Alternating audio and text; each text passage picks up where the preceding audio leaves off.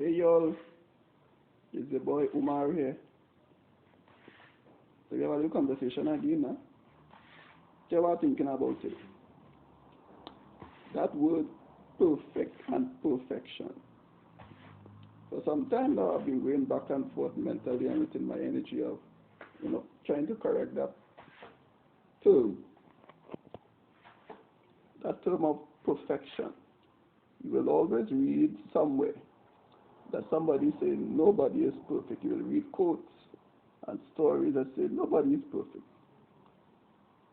Man is not perfect.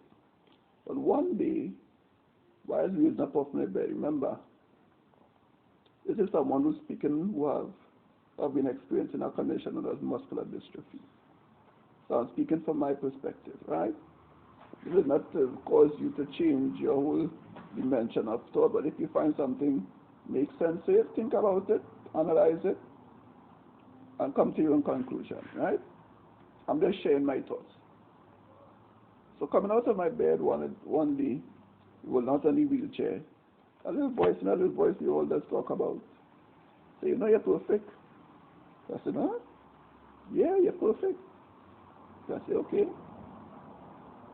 So then so the little voice says, so I said, explain that to me. So what's from your head to your toe? Anything missing, anything lacking, anything limited?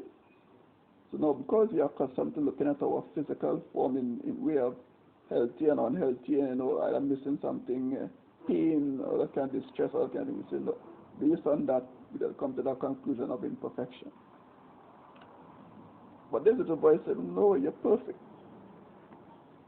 So I said, let me listen to that voice, and after that I just started speaking along that line. You are perfect. I teach my sons that they're perfect. Anybody else talk about nobody is perfect. I say, well, that way say no problem. But I will still say I'm perfect. Right? Because they go on the context of how they may learn within their scriptural and the religious environment that nobody is perfect. Okay, so let me dissect that word a little bit. Perfect. In Islam, the Arabic language, there's two words, one in batin and zahir. Batin is unseen and zahir is seen, right? So they put it in the context of perfect and imperfect. If we use the word, when we use the word and say nobody is perfect, no body, the physical body is perfect. Let's say perfect means unseen. So then you're correct. That the body is physical, so you're seeing it. From head to toe, you look in a mirror, you can see your physical body. So that will say that nobody is perfect. That means nobody is unseen. Everybody, every form is seen. And the term imperfect means unseen. Right? So the im could mean the ideal manifestation of perfection. Because we just said the only one perfect is God, right? And God is the one that is unseen, contrary to popular belief. God is the one that is unseen. God is a generator, observer, darkness, or destroyer, some will say. We'll do that in another conversation, but for now we deal with perfection. So, if being perfect means being unseen, and imperfect means seen, then the statement is right. No man's physical man is perfect. But then remember, when we talk within our spirit. We talk about our spiritual self. Everything that carries the physical form comes from within, the unseen, right? We would just call our spirit, our energy, our consciousness, or in the ancient ancestral language, our father, our desires, right?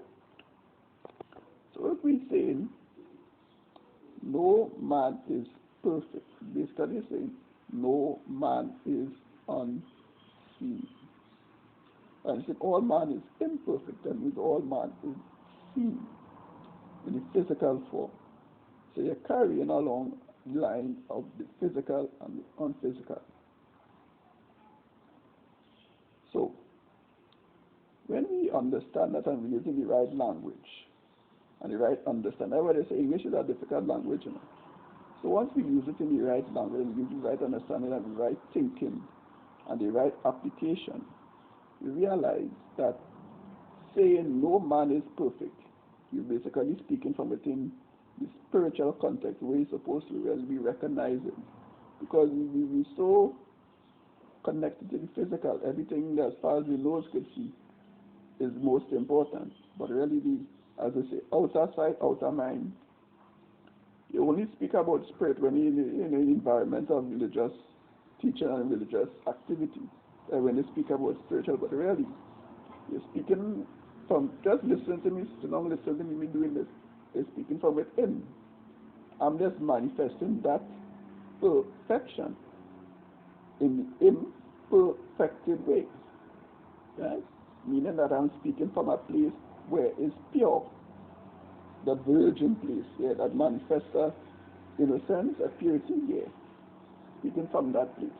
You'll find reasons sometimes still that we hear in scriptures and things, there's a reason for all of that. Because all of these things come with a meaning and a connotation to it. So again, you recognize the term, you use the term, you understand the term. It's time for you to connect the terms. So you can use it in a way that is best. Because when you use it in ways that it doesn't allow it to manifest and to do what it's really supposed to do. You're just using it without understanding what it's saying. And then we can understand why we are constantly doing things that we ought not to be doing because, again, you're using words and language in ways that it doesn't mean what it's supposed to mean. But it is exact to what it means in the spirit, in the unseen, as against the physical, when we use it in the physical, to mean the physical. So time to switch it up, time to switch it up. Put it back in the place where it's supposed to be. Really, when we're talking about the physical, we talk about the physical. And understand that imperfect means ideal manifesting of the perfection, which is the unseen. So yeah, okay, let's use it like that. No man is perfect. So then you will also say, the universe is perfect is the God, that energy that is perfect, the unseen. Right? But the thing about it is, without the perfect, the imperfect can work, and without the perfect cannot manifest. So you need both of them. That's the marriage. That's where the two becomes one. That's where you become aligned to what you are and what you manifest. Yeah? That's just it for now. We will talk again soon. Peace, blessings, much love.